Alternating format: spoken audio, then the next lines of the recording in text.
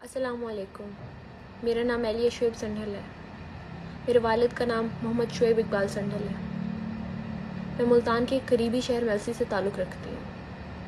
मैं medical first year की student हूँ और आज मेरा आप सबसे यही एक सवाल है कि क्या इस मुल्क में इंसाफ मिलना इतना मुश्किल है?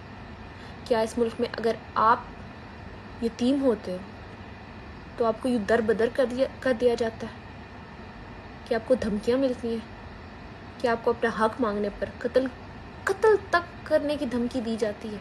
मेरा आज वज़ीर आज़म पाकिस्तान, वज़ीर आला Punjab, chief of army staff और चीफ़ जस्टिस ऑफ पाकिस्तान से ये सवाल है कि क्यों हमारे इदारों में सियासी प्रेशर पड़ रहा है, क्यों हमें इंसाफ नहीं मिलता।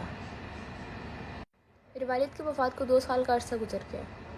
मेरे वालिद साहब मुझसे कहा करते थे कि बेटा कोई अपना नहीं होता, लोग सिर्फ मतलब के होते हैं। अगर कोई आपके साथ हद से ज़्यादा अच्छा है, मीठा है, तो उससे ज़्यादा बुरा आपके लिए कोई नहीं होगा।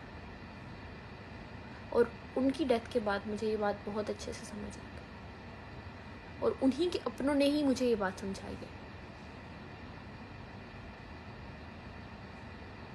मैं ज़्यादा टाइम नहीं लूँगी आप सबका, लेकिन मेरा एक सवाल है कि क्या इस मुल्क में इंसाफ मिलना इतना मुश्किल है? क्या हर किसी के साथ यही हो रहा है? क्या यतीम बच्चे हर वक्त अदालतों और हुकूमती इदारों के चक्कर लगाते फिर रहे हैं? क्या बेवा औरतों के साथ बदसलूकी हो रही है? क्या उन पर सियासी प्रेशर बढ़ रहा है या सिर्फ हमारे साथ? शुरू में सौतेला भाई और चचा अच्छे बनकर रेवेन्यू डिपार्टमेंट के साथ मिलकर हम पे झूठे केस बनाते रहे। विरासत का इंतकाल कानूनन जो कि 1 माह के अंदर अंदर दर्ज किया जाता है, हमें करवाने में 1 साल लग गया। हल्का पटवारी जो कि मेरे चचा और भाई से रिश्वत लिए बैठे हैं, हमें हमारी ज़मीनों के दस्तावेज़ात नहीं देते। अहमद हुसैन डेढ़ जो कि मुल्तान में MNA है, उनके सियासी दबाव की वजह से कोई एक्शन नहीं लिया जाता। मैं खुद AC DC कमिश्नर तक के ऑफिस तक गई हूँ, लेकिन मुझे कहीं से इंसाफ नहीं मिला। मुझे अब इंसाफ मिलने की उम्मीद नहीं है, लेकिन मैं सबसे सिर्फ एक सवाल करना चाहती हूँ, क्यों यतीमों का हक खाया जाता है? क्यों क्यों उनको हक नहीं दिया जाता? हम हर हुकूमती इदारे में गए हैं,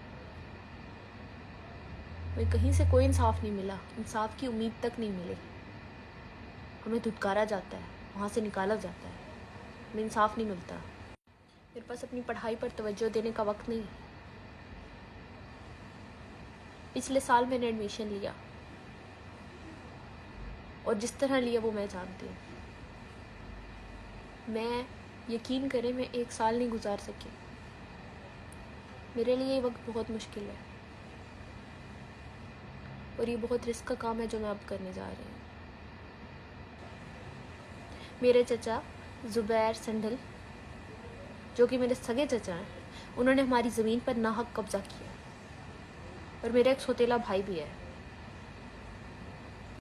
और अगर मुझे कुछ होता है तो उसके ज़िम्मेदार ये 4 लोग: अब्दुल कादिर संढल, ज़ुबैर इकबाल संढल, अहमद हुसैन डेहड़ जो कि MNA है और सईद संढल। ये लोग हमें कत्ल करने की धमकियां देते हैं, हमारे घर के बाहर फायरिंग करते हैं, हमें हमारा हक मांगने से रोकते हैं। हमारे घर के बाहर फायरिंग होती है, हमें संगीन नताइज की धमकियां दी जाती हैं। इस वीडियो के बाद मेरी जान तक को खतरा है। मैं अपील करती हूँ कि मुझे सिक्योरिटी फराहम की जाए।